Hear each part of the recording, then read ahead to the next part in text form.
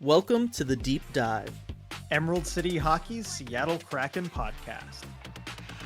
Hey everybody, welcome back to the Deep Dive podcast, Emerald City Hockey's Seattle Kraken podcast. RJ, we should have a good one today. Gonna talk, obviously, this past week with the Kraken, talk about some Joey Daccord, because that was like a big part of this past week for the Kraken, a very good week for the Kraken. Gonna talk Daniel Sprong, because another big factor for the Kraken this past week was Daniel Sprong coming back into the lineup, scoring a ton of goals for them. So I think it is time that we have the Daniel Sprong conversation, RJ. Should the team be bringing him back for next year? What are our thoughts on all that? We'll get to that, and then also maybe some Andre Burakovsky speculation. I want to just underline, circle, bold, italicize speculation when it comes to that. But we'll get to that all later. Got to start with the cold open, because I guess podcasts have to. Like, we checked the laws, and like if we need to upload this as a podcast, we have to have a cold open. It said so. So I'll just riff off of last week when I tried chicken parm. Tried a different Seattle kind of based food this week, RJ. Salmon. And I liked it. Oh, okay. It's pretty good. Congrats. I mean, for as picky of an eater as you are, I don't even like salmon. I don't do the whole seafood thing. So congrats to you. You've got something on me now. There we go, everybody. Shame him. Shame him. Stop shaming me for food takes. Shame him. Did it. Keep shaming him for goalie takes, though. Yeah, oh gosh, and I'm not looking forward to this Daniel Sprong discussion either when it comes to potential comments I might be receiving. But let's start with the good stuff, RJ, and that is that the Seattle Kraken in the last week went on a tear, and they just said, you know what, we're going to grab 5 of 6 points, and we're going to do it against the Dallas Stars and then 2 games against the Nashville Predators, kind of really solidify that playoff spot. I've seen lots of different playoff projection models and stuff, but almost all of them have the Kraken like over 99% to make the playoffs now after what they were able to do in Nashville, grabbing 3 of 4 points. So I mean, it's just I'm feeling good. Again, last week we were just talking we're just a wild card team. I still kind of thinking that, but also after this week, RJ, I mean, 3rd spot out of the Pacific, it's not technically out of the question, maybe? No, I mean, it's still technically in range. It's going to require the Oilers faltering a little bit, but you know what? That's something the Oilers have done in the past. I wouldn't be the biggest surprise, even though they've got kind of an easy schedule. But it sets up this nice kind of end of the season where there's no real danger of losing out on a playoff spot. I don't think the Kraken are in any danger of that anymore. You picked up the points you needed to against Nashville. Neither them nor Calgary is going to catch you. I think that's just a reality at this point. And it sets up this fun race with Edmonton. I mean, the Kraken are 3 points back of the Oilers, 1 game in hand, though. Mm-hmm. So, if you win that game in hand, which they're playing Minnesota tonight, you win that, you're 1 point back. It's certainly doable with 9 games to go. Yeah, I think it's definitely doable. We'll talk next week, because we wanted to, originally we were like, oh, maybe we can do, who do we want the Kraken to face in the playoffs? But because Minnesota is definitely one of those teams that they could be facing in the first round, we wanted to wait and see how the Kraken do tonight against them before we have that conversation. But talking about the Oilers, RJ, is there any chance that they maybe just go at some point here late in the season, they go, let's take McDavid, let's take Draisaitl out of the lineup. We don't want them getting hurt before the postseason, right? Like, obviously, I would consider doing that if I was them. I know it's not normal in hockey, but like, Connor McDavid is so important to your playoff run. Do you consider doing that if you're Edmonton? I would consider it. I mean, it's the kind of decision that's really hard to defend publicly. I don't think they would do it, certainly. But, if it was me, I'd think about it just because that's so important. But I think the seeding does matter to them as well. I think they don't want to be in the central bracket. I wouldn't blame them for that. Mm-hmm. I think you want to stay in the Pacific bracket. You probably want that matchup likely against LA. And I think also, there's Connor McDavid and the matter of the points race. And I mean, he's got that certainly locked up, but kind of want to see how high he can go. And I think he might want to see how high he can go. I don't know if McDavid would be a biggest fan of kind of preemptively, just precautionarily shutting himself down. I was going to say, if he wants to get to 150, then he's going to want to stay in the lineup. But yeah, otherwise, points race locked up, goals race probably locked up as well. Like, you've won the Rocket Richard mostly too. So it is an interesting question there. But let's talk about these games some more, RJ, for the Seattle Kraken. First thing I think we have to talk about in regards to the games is Joey Daccord. because he For sure. comes up from Coachella Valley, comes in, makes some big time starts for the Kraken, and is able to win a game, take another one to overtime, loses in a shootout. No, nothing wrong with that. And most likely this will be the last time we see him with the Kraken this season, in which case in his 3 games, you know what, he was able to pick up a point in all 3 of them, at least, if not more. Yeah, I mean, he with the Edmonton game, Philip Grubauer leaves with a non-COVID illness, and he wasn't quite right for another few days after that. So instead of going to Martin Jones in net, we talked about it on the last deep dive. Yeah. Like, well, would you start Joey Daccord for this Dallas game? And the Kraken end up doing it, and I'm glad they did, because he played well in that 5-4 win against the Dallas Stars, and well enough to earn another start against Nashville until Grubauer came back for the last of the 3 games. And I thought Daccord, this is exactly what he needed. Most goalies at his age, with the record that he has in the AHL, would have gotten more NHL opportunities by now. And I know that's something that I'm sure Daccord is thinking about, that NHL opportunity and getting in there. But when he had gotten into the net for the Kraken in the past, it had always been under really tough circumstances, hadn't really gotten to string starts together very much, and the defense in front of him had usually been pretty poor. But you get a couple games where I thought the Kraken played really well in front of him. The Dallas game, maybe you can throw out the last couple minutes of regulation there. But overall, he had some good play in front of him. He had a day's notice, at least, before coming in for a start. And I think you saw the results there, showing that he can be a really solid goaltender at the NHL level. Yeah, he can. I mean, he was, especially down low, I mean, so solid, especially in that Dallas game. It just felt like they kept trying to go low on him. It was not going to happen. They needed to give that strategy up. But yeah, I just thought he came in, he stood tall, he did exactly what he needed to do. He did what the Kraken kind of desperately needed him to do. And I don't know that we were like as urgent about it as maybe we could have been last week. But the bottom line was, if you went into this week knowing now that, Grubauer wasn't going to be ready until that final game of the week, right? Like if the Kraken knew that internally or anything like that, if we had known that last week when doing the deep dive, I would have been like, oh my gosh, this is like absolute like desperate times, because if you start dropping these games because Grubauer's out, whether it's Jones or Joey, this is a real problem for the Seattle Kraken. And instead, Joey just came in, and like I said, he delivers you a win, he delivers you a shootout loss. I mean, that was absolutely huge to putting the Kraken in the spot where we're starting off this podcast talking about playoffs. Like it's all but guaranteed. You know what I mean? And without Joey doing what he did and playing as well as he did and battling through all that stuff, that doesn't happen. And that includes battling through a rough Dallas game at times. Right? Like where Dallas is just pouring on extra pressure, and that's a team full of guys capable of filling the net. And it was not an easy, walk out of their win for the Kraken. It was a big win, but it wasn't an easy win. And for Joey to be the person in net for something like that, I think shows not just us, the fans, but it shows the front office for the Kraken and everybody involved in that organization, and potentially other organizations, what he can do. Definitely. And I think we'll see that come this off season, that he's got to get a bigger NHL opportunity one way or the other. Yes. And yeah, we'll see where it goes from here. I think they missed him in Coachella Valley too. It seemed like they had kind of a rough go of it while he was up with the Kraken. So I'm sure he'll go back to Coachella Valley and continue his great season there and gear up for their playoff run.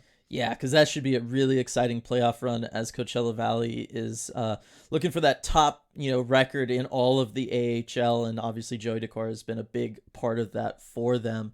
And it'll just be interesting come the offseason too, what the Kraken end up doing with him. Martin Jones going to be a free agent. Be surprised to see them bring him back. But Chris Drieger's still got a year under contract, but they've got the rights, I believe, still with Daccord. Yeah, he's going to be an RFA. It's going to be an interesting goaltending situation this offseason, RJ. It really is. Yeah. I mean, even the rest of this season, Dylan, I got a quick question for you on this. Like, it seems like they've sent Daccord down for good this season, unless something happens to one of Jones or Grubauer. Do you think that's the right call? I mean, knowing that maybe Martin Jones, we still can't fully trust him. I know there's only 10 games left, and I'm looking at like how often, but Grubauer, he's not going to start all 10, right? He can't. I think it looks like he's going to start today, but you can't start him all 10. So do you just kind of trust Jones with whatever maybe 2 or 3 games you have to give him, or would you have kept Daccord up? I think, I mean, well, I kind of said I would probably have kept Daccord up, have him be my backup, because here's the thing. I think it's fine given the situation the Kraken are in. You can trust Jones with a couple games, pick an Arizona game, pick the Anaheim game, whatever. Play, give him some starts. That's fine. You're in a great spot when it comes to playoff situation. What I'm worried about is what happens if playoffs start and something happens to Grubauer, right? Yeah. Do you want to trust Jones with that, or do you want to maybe go with Joey Daccord, who looked pretty good here and has, if you're just going off of points percentage, maybe the best record for the Kraken goaltenders. So like I don't know. He's got the highest save percentage of a Kraken goaltender this year, the lowest GAA of a Kraken goaltender this year. Granted, his sample size is a lot smaller, but still, like, there is something to be said for that. I thought the team played really well in front of him. I don't know. I would have maybe left him up and said, this being our first playoff run is more important than whatever Coachella Valley's doing, because the bottom line is the NHL is more important than the AHL. It just is. And you've got Chris Drieger down there for the Firebirds. Like, come on. I know there's so many goalies in the organization to consider now. But yeah, and I suppose you can always call him up if something does happen to Grubauer. But, maybe he won't have been around the NHL team again. It'll be kind of rushed up from Coachella Valley. It's not the best situation. I would rather him be getting practices in with the team, working with the coaching staff, with the Kraken, all that stuff over that time period, just in case. Although, I don't know. Maybe the Kraken are just like, look, we're going to make the playoffs. That was our real goal this year. Whatever happens in there happens. We're not going to sweat too much about it. So yeah, anything without our true number one Grubauer, like, we're probably not getting too far anyway. I mean, it sucks to think about, but most teams, you lose your number one, it's going to be a real tough task, especially for the lower seeded team. Maybe you think about it that way. Yeah, exactly. We go as Grubauer goes, and I wouldn't blame him for thinking that. No, I mean, we've seen better teams than this think that way. So, like teams that aren't a wild card team kind of thing. So, yeah, it's an interesting one. Let's go ahead and talk about Grubauer, though, because he did return to action in that big 7-2 win over Nashville. And we'll get more into the games in a second. But I thought he looked good, despite having to, miss basically a week and then come in and only face one shot for the first period he's back. I thought Grubauer looked pretty good. Yeah, definitely. I mean, he only had to face one shot for the first, over 21 minutes of that game. And that second shot was, one from the point, but then the third one was, into a wide open net a second later. Mm-hmm. So it was a very difficult start, just circumstance wise, for any goalie, especially one who hadn't played in a while. But I thought he did fine, certainly after that. The Preds put on more of a push. He settled in. He made the saves he needed to make he gave the Kraken time to kind of blow it open in the third. Yeah. He's back. I mean, it doesn't seem like there's any lingering effects from that illness or whatever. I think he was just sick for a few days, but good to know that there didn't seem to be anything off. We've got regular Grubauer back. Yep. It's fantastic. Really appreciate that. Yeah, it's all good stuff there. So let's go ahead and talk about these games, RJ, because contrary to what maybe a Jordan Binnington would want you to think, a hockey team's a lot more than a goaltender. And so let's talk about the other aspects of the team from this past week. Going back to that Dallas game, can't bring up this Dallas game if you're not going to talk about Joey Daccord. You got to talk about the Adam Larson OT winner, because it was the most beautiful moment to happen in Kraken history, right? We're all in agreement on that? Yeah, I think you're all in agreement on that. Okay. You and your Adam Larson hoodie that you've got in your room there. Yep. Yeah.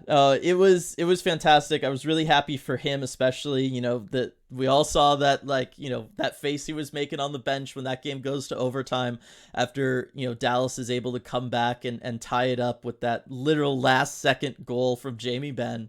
You could see the disappointment on his face. And then to contrast that with a couple minutes later, the elation at getting an OT game winner. It's his 6th goal on the season. I was really, really happy for him, and obviously happy for the Kraken to pull one out like that, because those last couple games in those same situations weren't really falling their way, and I was happy that this one was. Right. It was a big worry after the Kraken had troubles recently closing out games, and this was no exception with the Stars scoring 2 goals with their own goalie pulled to tie the game late, and including Jamie Benz with under a second to go. I mean, that's just a heartbreaking goal, Yeah. and you could tell nobody was more gutted about that goal than Adam Larson. Hmm. The TV cameras panned to him on the bench, and I mean, he just looked dead. I mean, he had been out there probably a couple minutes at least for that final shift, Yeah. and to have it go in that close to him too. I mean, but what's impressive is he was able to channel that frustration, channel that disappointment into a great play in overtime, and ultimately the game winner. And I mean, that's who Adam Larson is, right? Such an intense, such a competitive player. You knew he wasn't going to accept that. He was going to be frustrated about it for the 10 seconds the camera was on him there, and then he was going to get to work, and he did. And to see him get a really pretty game-winning goal Yeah. too, who knew he had that in him? I think we both knew, though. Yeah, well, yes, I certainly believed in it. This is why I've been saying he needs to be playing forward as well as defense. I mean, figure out whatever you need to get him out there for the full 60. I think he can do it. Uh, Otherwise, in this game, I mean, return of Daniel Sprong, right? This was his first game back, I believe, after being Yep. out of the lineup for a little while there. He gets a goal. That whole And an assist. and an assist. I mean, all in the first period. This was our live game commentary with the awesome patrons over at patreon.com/Emerald City Hockey. We were on Gordiow hat trick watch for both him and Brandon Tanev after the first period. That was a lot of fun for us all. But Daniel Sprong getting the goal in this one. Got to mention that because we'll be talking about him later. Brandon Tanev, though, with 2 goals in this game. Big showing for him. Up to 15 on the season, RJ. I didn't really expect that from him. No, I didn't. I mean, for a while this season, we were maybe talking about, okay, with how good the fourth line has been, should he be the odd man out for a game or two, Yeah. talking healthy scratch wise? But he's really turned it on recently. And I guess we shouldn't be surprised given that he's a playoff type player. I think he Yes. kind of smells the playoffs approaching, and he's getting ready for that style of hockey. And you saw it in this game, and you saw it in the 2 Nashville games too, where Brandon Tanev was all over the place. And personally, I cannot wait to see him in the playoffs. Yeah, no, me too. It's going to be phenomenal. And then Jared McCann also picking up a goal as well. We'll talk about him probably later as well. But yeah, the real story for this one is Kraken. When the other team pulls their goalie, they get an extra attacker. Kraken struggle, and this has been a struggle all season for them. It's something we've talked about. It's a tough thing to practice for or prepare for because you're going to practice for a scenario in which you're close to winning a game. It's, how often are you really in that situation? All that kind of stuff. It still very much is a situation that is in favor of you, the defending team, the team with the lead. But it is something that the Kraken struggle with, and this game especially highlighted that. Yeah, it did. And it's so tough to practice too, because you look at that final goal from Jamie Benn with under a second to go. That's the nature of these type of situations. It's chaotic by its Yeah. very nature. You having teams just throw the puck to areas and guys try and get there however they can. I know there was some controversy about a potential cross check from Jamie Benn. I mean, the reality is that's just never getting called at that stage of the game. Certainly not when we approach playoff time. But yeah, just guys hacking and whacking and shoving and pushing everyone out of the way.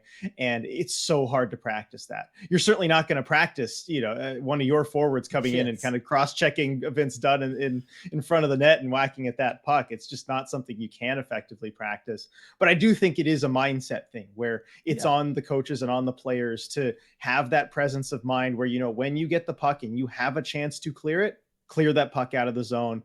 Mhm. Don't be fancy with it. Don't do anything you don't need to do. Just get that puck out of the zone however you can. Exactly. It's just the bottom line. And again, talking about things the Kraken have struggled with this year, clearing the zone has been one of those things. It's still, it's right up there with the power play as things I'm most worried about come playoff time. That inability just to give yourself a breather, make a line change, just stop any sort of negative momentum working against you is a big, big, big deal, especially in the playoffs. And I would still like to see the Kraken get a little bit better at that if possible here late. Looking then into the next Nashville game. This was a weird game, RJ. It was a really weird game. It finishes, in the shootout, 2-1 win for the Nashville Predators. Joey, again, looked fantastic in this one. Daniel Sprong gets a crazy goal to start this one against UC Saros, who otherwise, outside of that Daniel Sprong goal where he's scoring it from behind the net almost, certainly behind the goal line, and he's just bouncing it in off of the back of UC Saros. I mean, UC Saros was the story for this game, RJ. We got goalied hard. Absolutely. I mean, Saros with 27 saves on 28 shots. Just a great effort. The Kraken got their bearings as the game went on later in the third period. I mean, they were putting on quite the push to try and beat Saros. But I mean, this is a top tier goal in the NHL who's just doing his thing. And I think the Kraken couldn't get enough traffic. They couldn't generate a play really that would just take the goalie out of the play. Yeah. Which is difficult to do. I mean, that's very difficult to do. But again, they couldn't beat Saros in regulation or in overtime.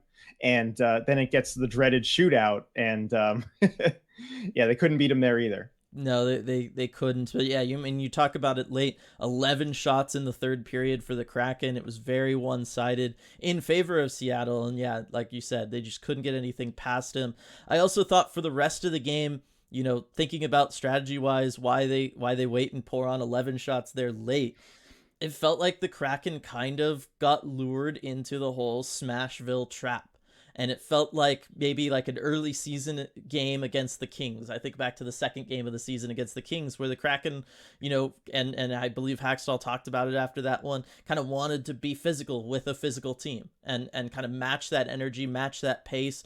That Kraken had 29 hits to Nashville's 31, and it just felt like they were out there trying to kind of grind it out alongside Nashville. And the bottom line is, I don't know that that's really the identity of the Seattle Kraken team. If the Kraken were a team that was very top heavy with their scoring, and they weren't one that seems to have to rely on guys like Daniel Sprong coming into the lineup to provide their only goal in a game, I would say, okay, yeah, that's fine. Go ahead and try to be physical, try to keep it low event, all that kind of good stuff.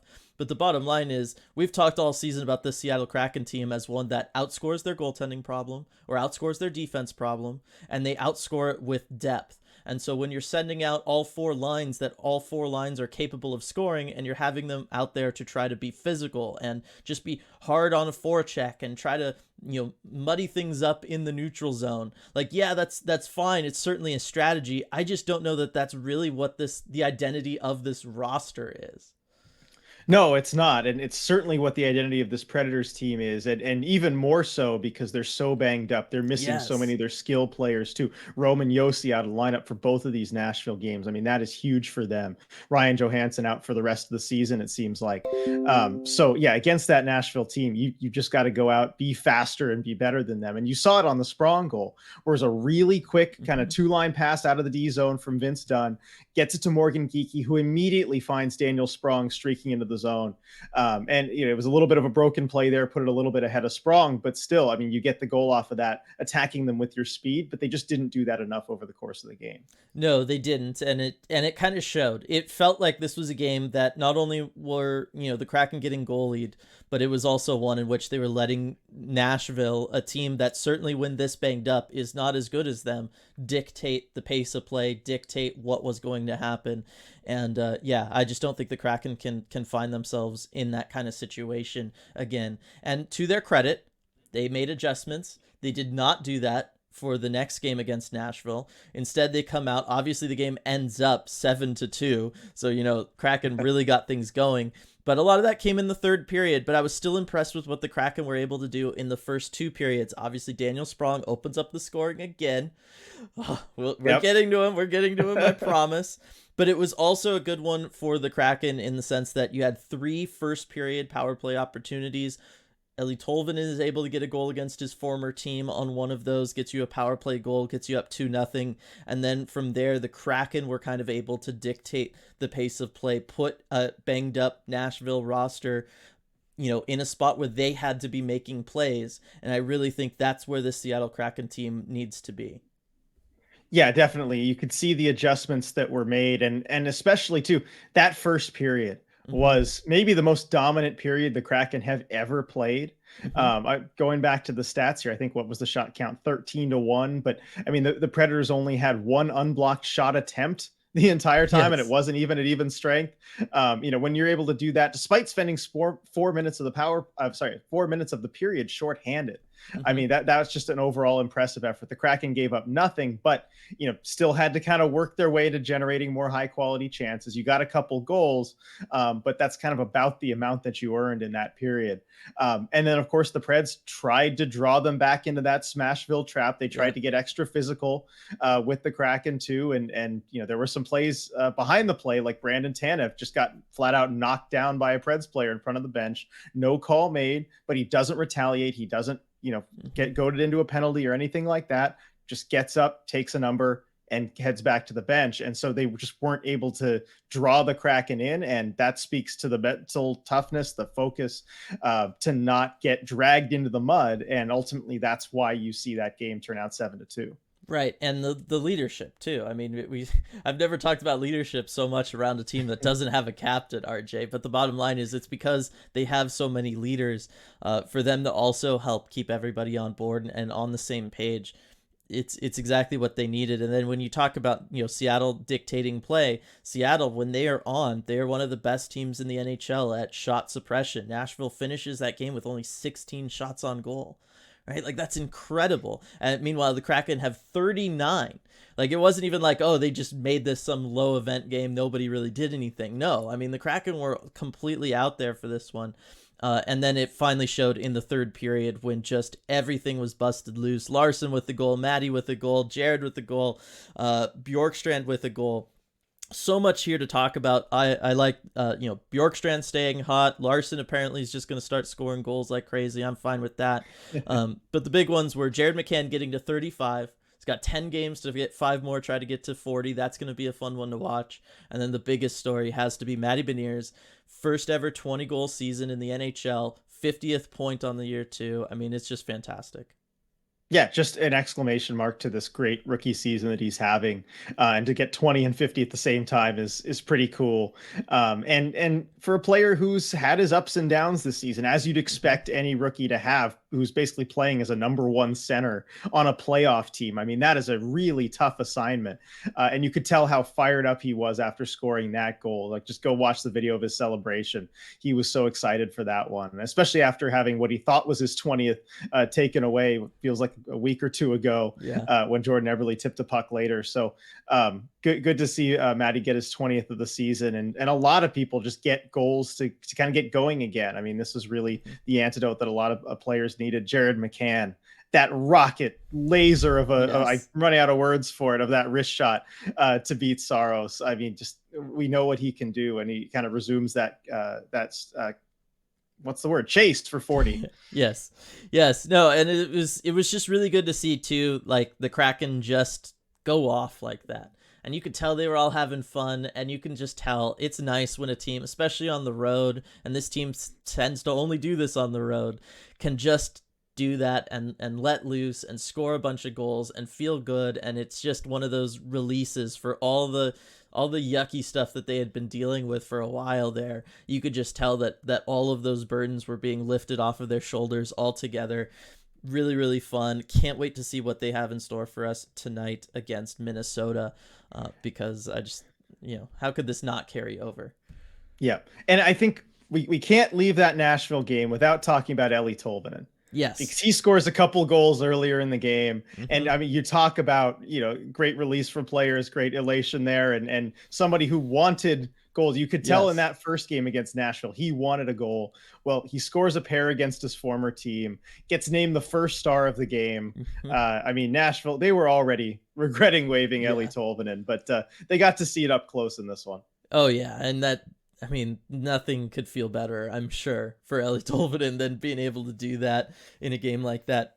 He came out, playing hard for both of these Nashville games. Lots of hits, lots of block shots. He's a complete player, getting lots of shots on goal himself as well.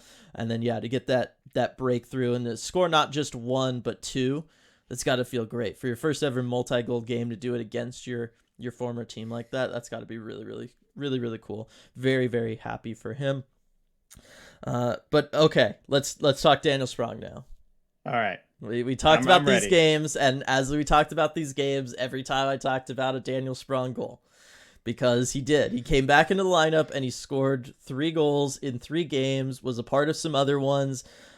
I mean, Daniel Sprong, RJ, you look at this Kraken team, you look at them, you sort them by, goals, and he's right there, third on the team. You sort this Kraken team by points. He's 7th on the team, tied with Andre Burakovsky, 39 points. I mean, it's undeniable that he has been a big factor for the Seattle Kraken team. He has helped deliver wins for them. He has helped deliver goals for them, which is obviously how you get wins. I should have started that way and worked the other way. But there's still an aspect of me that wants to push back on some of all of this Daniel Sprong stuff, because I do think that there is a reason that Dave Haxtell has been hesitant to have him be a full-time member of this team and of this lineup. Yeah, I can see both sides of it. And Daniel Sprong is what a case study. I mean, he is one of the most fascinating, unique players the NHL has seen in a long time. I mean, on a per minute basis, he scores as much as anybody in the entire NHL. Yeah. I mean, it's incredible. If you kind of sort the 5-on-5 points per 60, he's up there with the NHL's absolute best, ahead of the NHL's absolute best. But because of kind of the eye test and how he plays and some legitimate concerns that we'll bring up later, he's struggled to stay in the lineup at times. And, he's still only playing 11 minutes a night. And there's, hesitation from coaches, and has been his whole career, to play him those real top line minutes. I mean, he hasn't averaged more than 13 minutes a game, at any stop in his NHL career. So, what do you do with a player like that? It's this conundrum that the Kraken are kind of trying to sort out, and you're seeing the biggest extremes of his game this season, I think.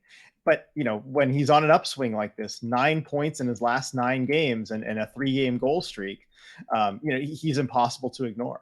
He absolutely is. And, I talked about, what is this team? What's the identity of this team? Well, it is depth, and Daniel Sprong has been arguably the face of that depth for this team. When you're talking about third on the team in goals, I mean, that doesn't happen to just anybody.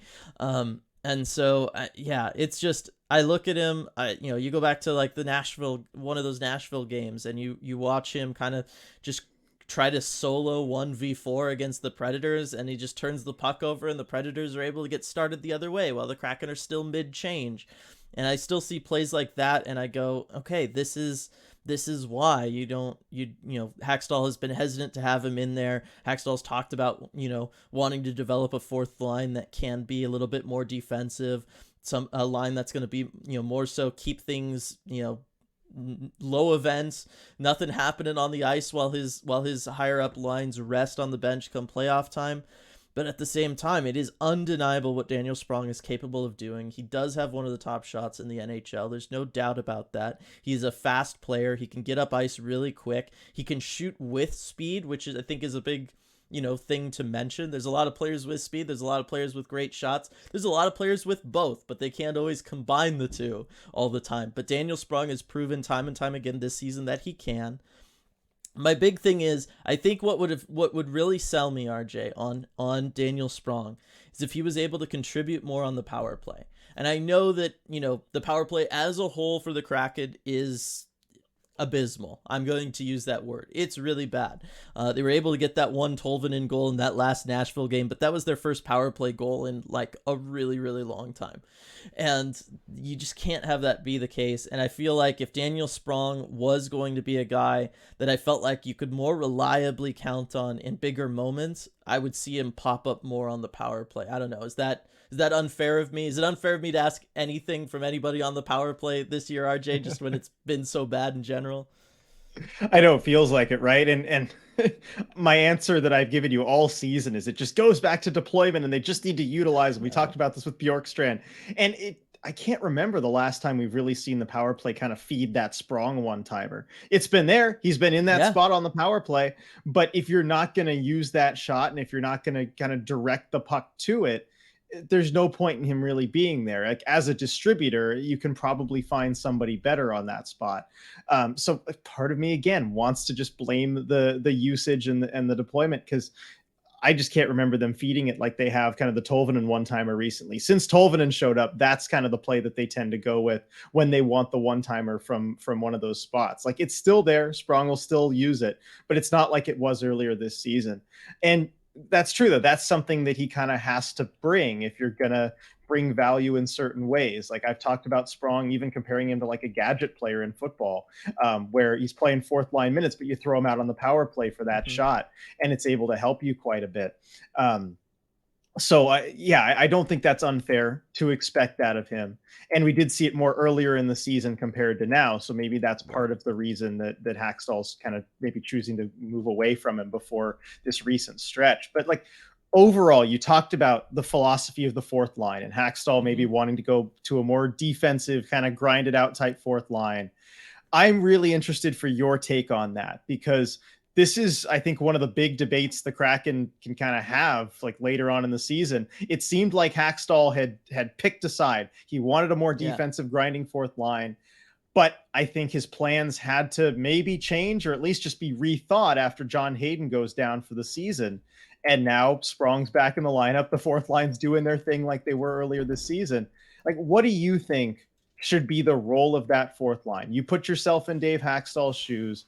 What's the identity of that fourth line for you? And does it change if Hayden is healthy? Yeah, so it definitely changes if Hayden is healthy. I was on board with him, with that change when he made those comments about a month ago. I was all in favor of it. I said, yes, that is what you need in the playoffs. We talked about the importance of a line that can, allow your top 6, your top 9 to rest. You can count on them to not let anything bad happen while they're out there. You can count on them to play physical, especially, this is a Kraken team that I don't necessarily see, sweeping anybody in a first round series, but I also don't think they're going to be an easy out either. So you start looking at a longer series, having a stronger, more physical fourth line like that can start to pay dividends as series goes longer, as they can just punish defensemen physically over and over, all that kind of stuff. They can maybe try to get into a goaltender's head if they're crashing the net a little extra hard, all that good stuff that we talk about when we talk about playoff hockey. I am in great favor of that, and I was definitely in favor of that with John Hayden.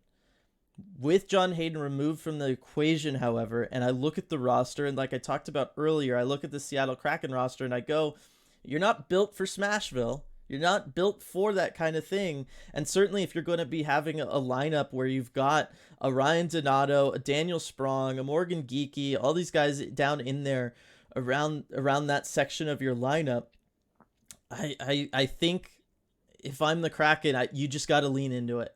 And you just got to say, look, we're just going to try to outscore problems, and we just need, 2 guys every game to step up and make something happen for us. And we're going to put as many guys out there as possible that we feel like can do that. And the bottom line is Daniel Sprong has proven throughout this season, it wasn't even just like he got hot for a month, that he is capable of doing that for you. So I think if you're the Kraken, you got to just lean into this at this point and go with it. Yeah, that's kind of where I've landed at, is just you have to lean into your strengths. And this is what sets you apart from any team in the NHL. You look at it, come at it realistically. You're a wild card team. You're going to be playing likely a division winner. You could be playing a Colorado possibly, or Minnesota, Dallas, whoever it is. You're going to be the underdog in that series. And I know there's some value in the playoffs of having a fourth line that can just take care of business and let the other 3 lines rest up, and then, kind of get back to that 1v9 forward matchup. I still think the Kraken probably lose that 1v9 forward matchup against some of these teams. Like against Colorado, I think you lose that. Against Dallas, I think you lose that.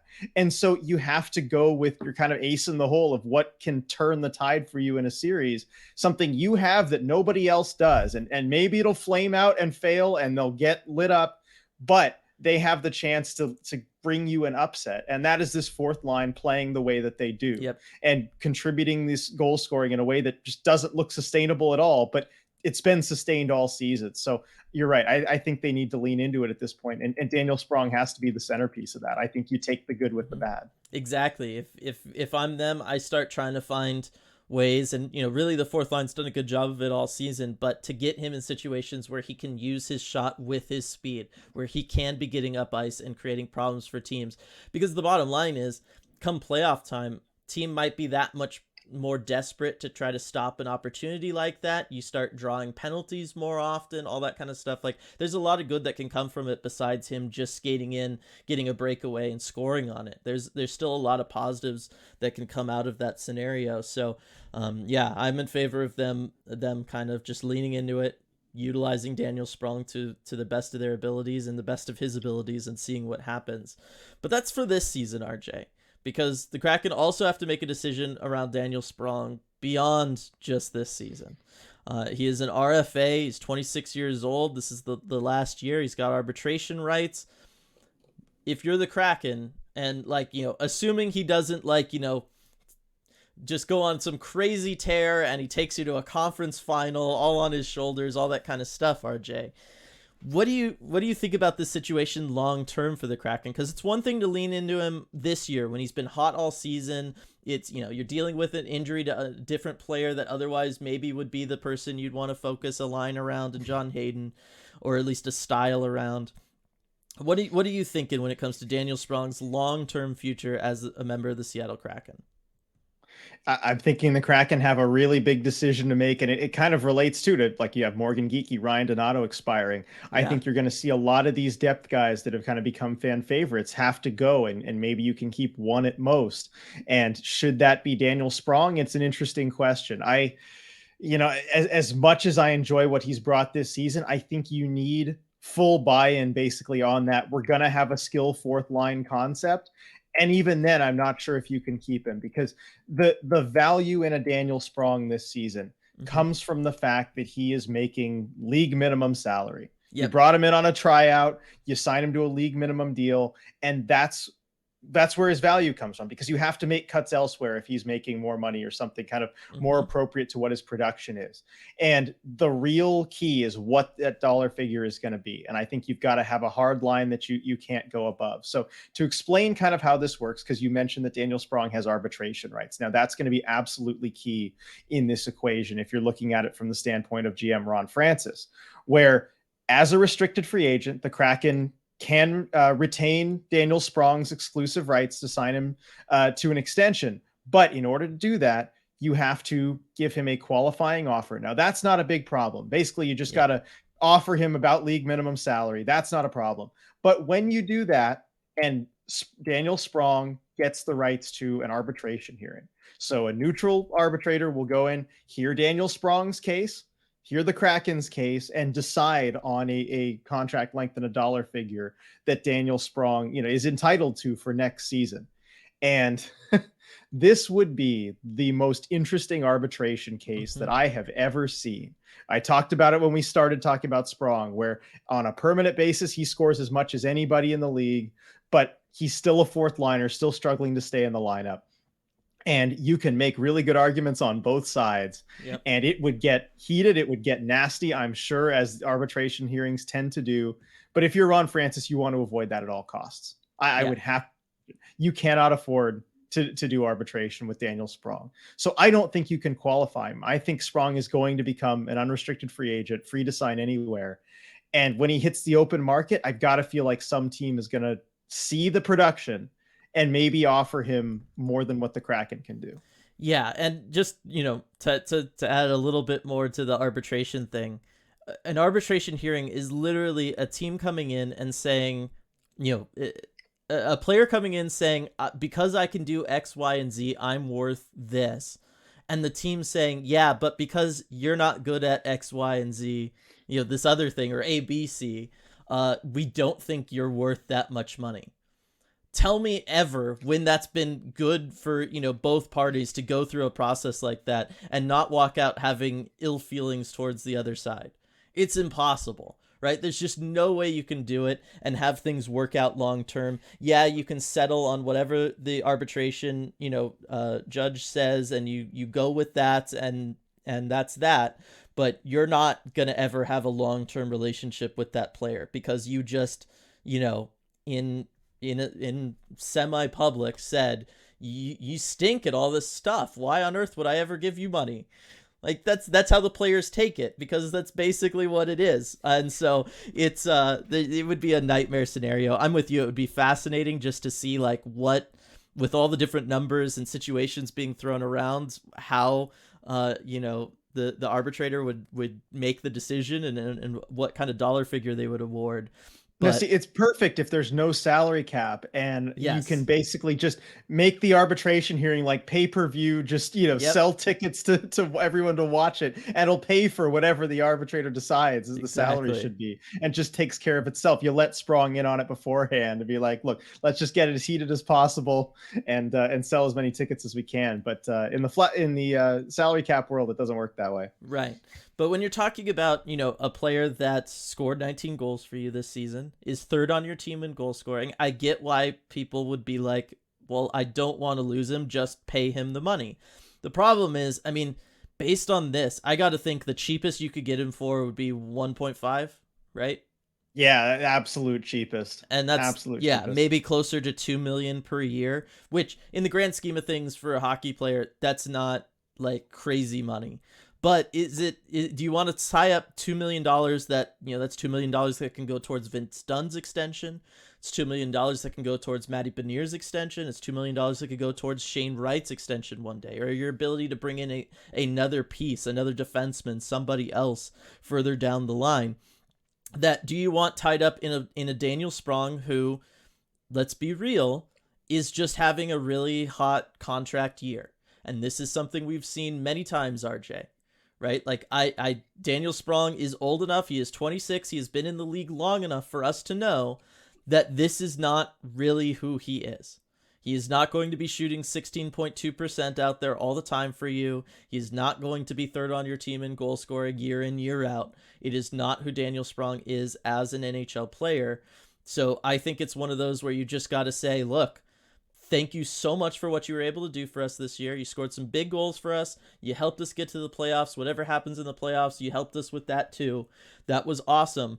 But go out and, get paid somewhere else, kind of thing. Like, we just can't do it here. We can't commit to that, because the bottom line is, even if you do want to embrace, RJ, the idea of having scoring fourth lines, which I don't think Dave Haxtell does. I don't know that Ron Francis wants No. to.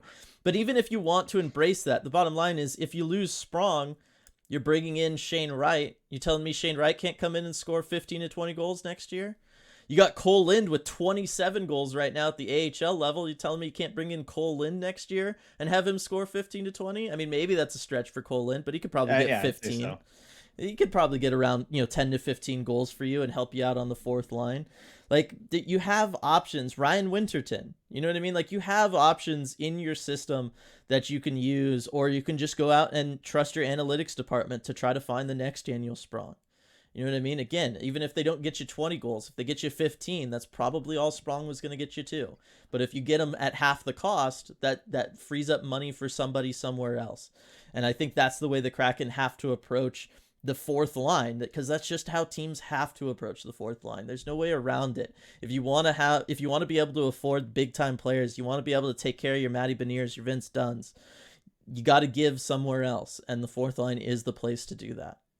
It's the reality of the salary cap, that kind of middle class is getting squeezed. You need guys on league minimum deals or on ELCs in order to pay your top players and kind of squeeze as much talent as you can into the top of your lineup. And yeah, that's just the reality of the salary cap. You have to go and find the next Daniel Sprong, and that's why these organizations, I know you've talked about it on the Red Glare podcast and stuff, the same organizations kind of keep doing well and keep doing well. It's because they have the talented evaluators that can go and find the next depth player that they need. I mean, look no further than the Tampa Bay Lightning, kind of the most recent dynasty in the NHL.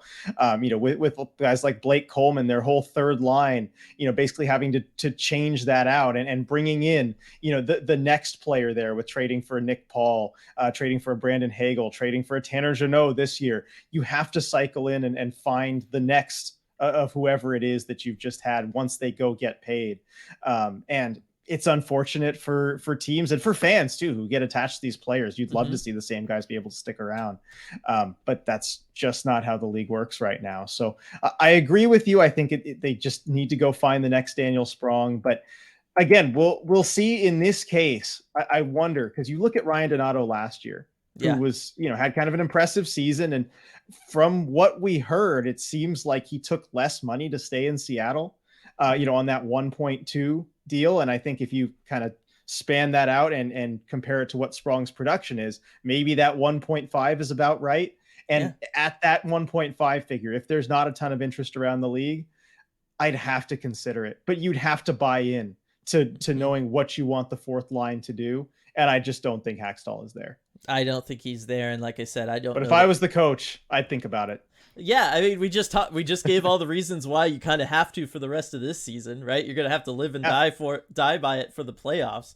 I mean, who knows if there's playoff success with that? Although that would just increase the price tag on Daniel Sprong too. So it's one of those, like, if I hate to say it, but if you want to keep certain guys around, you almost hope that they don't do well in the playoffs, just because that keeps the price down. You can maybe re-sign them. But of course, then also, if you're the team, do you want to re-sign a player who didn't do anything for you in playoffs? I don't know. It's such a weird, messy situation. There's no good, easy way of talking about it. There's always going to be hurt feelings, whether it's us talking about it, whether it's the team making the call, whether it's the players involved. It's just the way it is. There's just no way around it, because you're always trying to judge production and there's just so many ways in which you can judge production and value, RJ, that every side has something that they can hold on to and hold up and say, but see, you know what I mean, and use to validate their feelings. And that's what makes this whole thing interesting, and that's why arbitration cases especially are so messy and never result in good things. I mean, even just big contract extension talks, all that kind of stuff can result in really yucky feelings between teams and players. Just Google, or go on Twitter and type in Lamar Jackson's name today, especially. You'll see what I'm talking about. But yeah, it's an interesting one. But from one player who, it might need to be re-signed this offseason, the team's going to have to make some calls on, to a player that the team made a big offseason call on last year, bringing him in on a nice free agency deal, 5-year, 5.5 per deal. Andre Burakovsky, RJ, we've talked about him being out of the lineup here for a little while now. Almost coming up, closest to 2 months now. Berkey's been out of the lineup. Kraken definitely missing his presence in the top 6. Scoring has been a little harder to come by without him in the lineup. But, I want to talk. I mean, first off, do you want to talk about like how they've tried to replace him? I know we saw something interesting this last week. We could probably start with that. Yeah, let's start with that. So the Kraken have been, and Dave Haxtell has been kind of rotating different guys out on this second line of Wenberg and Schwartz. Those are the mainstays. And then on that wing, they've tried a whole bunch of different things. They've tried Jesper Froden, they've tried Brandon Tanev, they tried Oliver Bjorkstrand even for a little bit. And then this last game against Nashville, they tried Morgan Geekie there, moving him off of that fourth line center spot, thinking that maybe that could work. I mean, it kind of mixed results. I mean, I thought to the eye test, they looked okay, still over 50% expected goal share, but you win that game 7-2. They're on the ice for both goals against and no goals for. So, to be a -2 in that game, maybe it says a little something. So it's not the best. And of the expected goal share, they were the lowest of the Kraken's 4 lines. So I saw some things that could work out, but again, it's still not, the work in progress is still there. So I don't know. What are you thinking as far as the different solutions that they've tried? Like Bjorkstrand looked really good, but then it kind of destabilized the third line. I mean, what do you do in that spot? I have no idea, because I liked Morgan Geekie being there. I liked that he could focus on shooting the puck more. I liked that he could focus on kind of being, a jerk net front and going there and ticking off some defenders. Like, I liked all that aspect, because I think Morgan Geekie can totally do that. But, we've spent a lot of this podcast talking about what are the Kraken going to try to do with like their fourth line come playoff time. Morgan Geekie's like your best face-off man. You want to take him out of a center spot? Probably not. You don't want to do that on your fourth line. That's going to have to go out there. So I think you're going to need Morgan Geekie to be your fourth line center come playoff time and down the stretch here. So I don't think Geekie is the long-term solution. It's really tough, because when you talk about this Wenberg line, this is the one line that Hackstall so far this season has started in the defensive zone more than in the offensive zone. It's the only line on the team that he has done that with because of Alexander Wenberg and what he's able to bring defensively for you. It has been clear all year that this is the line Hackstall trusts with trying to shut down opposing teams' top sixes, whoever they view as the most dangerous. That is the job of this line. So trying to replace a goal scorer on it, I mean, even when Berkey is healthy and coming back, I still have like questions about putting Berkey in this spot, just because if this is your defensive line, are you really using Andre Burakovsky to the best of his abilities if you're sticking him out there starting in the defensive zone? I'd argue probably not. It's just you don't really have anywhere else to put him. Is the problem. I just don't know. I think I would consider putting Donato up there because Donato can get things done maybe defensively. I think maybe Donato on the forecheck, try to get a cycle game going with a Jaden Schwartz. I'd like to see that maybe a little bit more. It's tough. It's really tough. I don't know. Either that or you just go back to Froden, and whenever Berkey's back, you just swap them. Yeah, I mean, the lineup has shaked out so perfectly on the other three lines. Yeah. You don't want to mess with them or do anything. And I think that's part of the reason for the Froden call up too, is just to leave those other lines untouched and bring in someone who may be able to fill that void, even though, I mean, he's, mixed results, I'd say, for Jesper Froden there. Yeah, it's just hard. What do you do? They're basically just waiting for Andre Burakovsky to come back and just kind of having a line that's off or incomplete in the meantime, and they haven't been able to come up with a solution.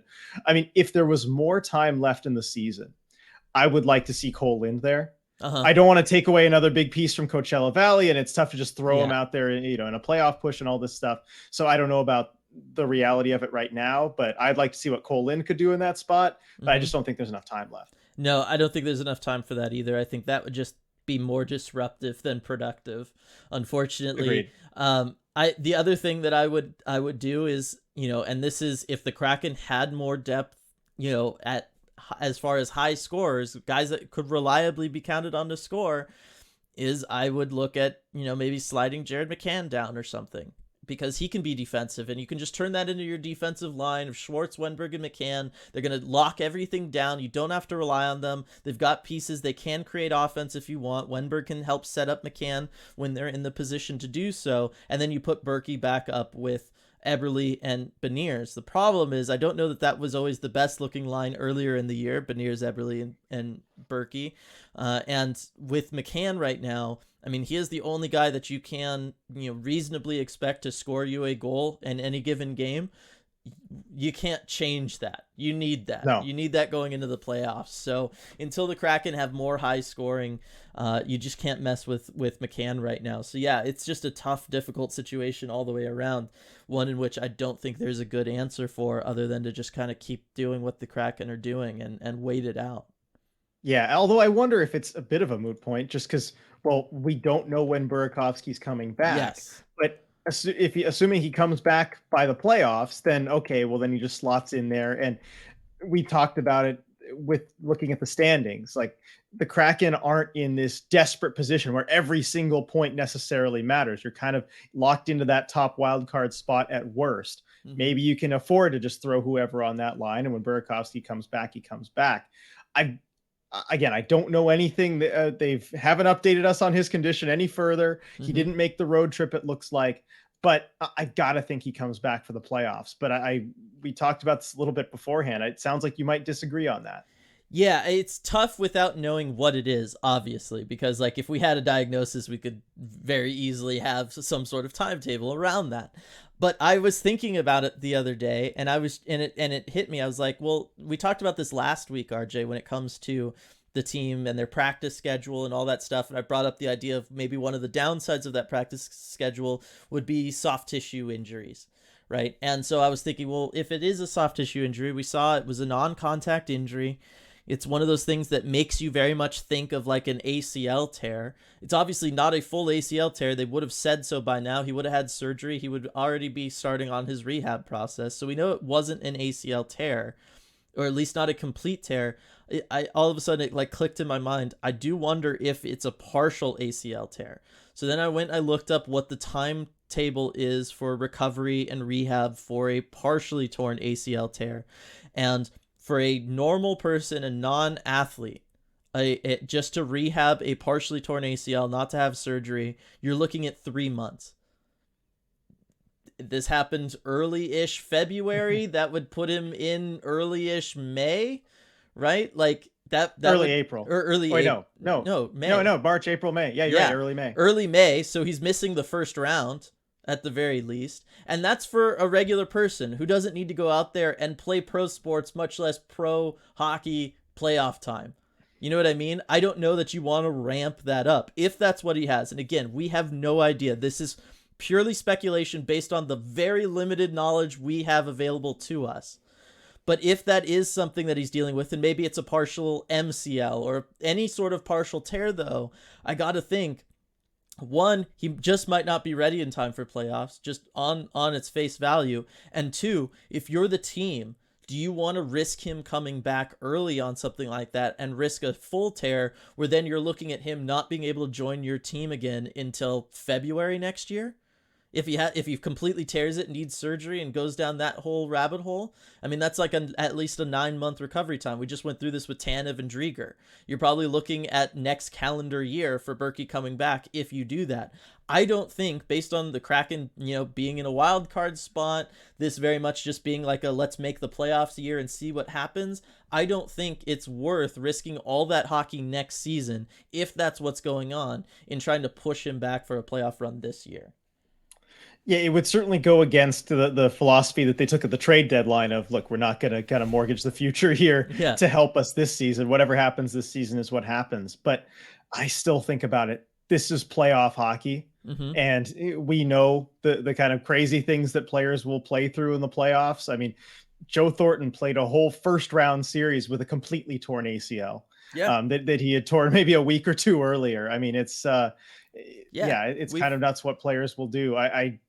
I have a feeling we might just see him back the first game of the playoffs, whether he's healthy or not. Unfortunately, like I don't like that's the case in a lot of situations, but especially with the Kraken not able to find a solution on that line, I don't know. Right. But it's definitely something to monitor very closely too, because does he skate with the team some more? Does he practice? Does he try and ramp it up around the start of playoff time as they come back home, because they're going to have most of their remaining season at home after this game. We'll be keeping a close eye on it. Oh, definitely. And you're right. I mean, we've seen players play with punctured lungs, like literally risking death, not like risking, playtime next season, but like risking significant bodily harm to themselves.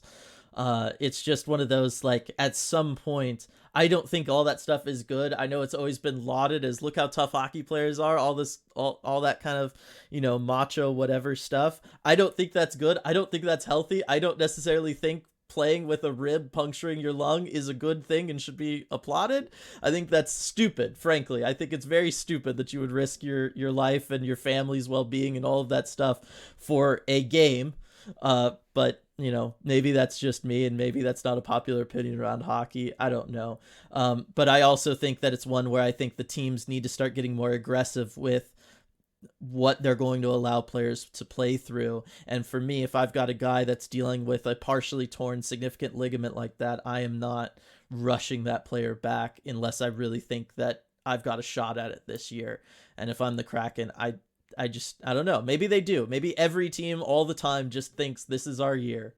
Maybe they do. But based on the deadline, a certain mental switch flips when playoff time comes. I don't know. I just, you see it happen every year. Yep, we'll find out. And again, that's all total rampant speculation, but it was something that I wanted to kind of throw out there because, people we've talked about Berkey a ton. Everybody wants to talk about Berkey all the time, and that is something that I thought about for him. Yeah, and again, you don't like to engage in like lots of speculation and that sort of thing over an injury like this, but I don't know. I don't want to be too harsh on it, but like the team kind of forces us to a little bit when you don't give any updates about what it is. They could end the speculation tomorrow if they wanted to. Exactly. So it's one of those. Everything, every choice got goods and bads to it, and that's one of them. But that's going to do it for this episode of The Deep Dive, presented by Queen Anne Beer Hall. I want to thank everybody for joining us for this one, and we will see you all next time.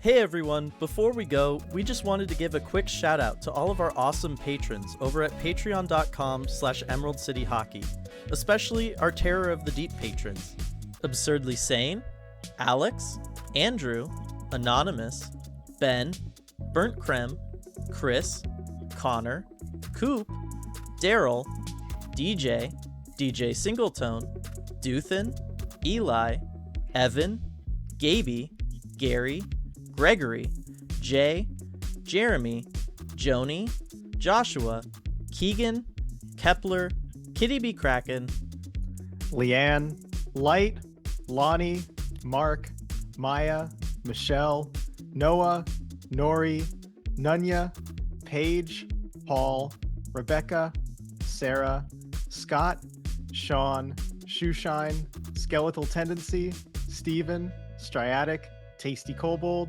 Team YMIAT, Tank Commander Ty, Wendy, Strife, and Zaim. Thank you so much for making all this possible. We really appreciate your support.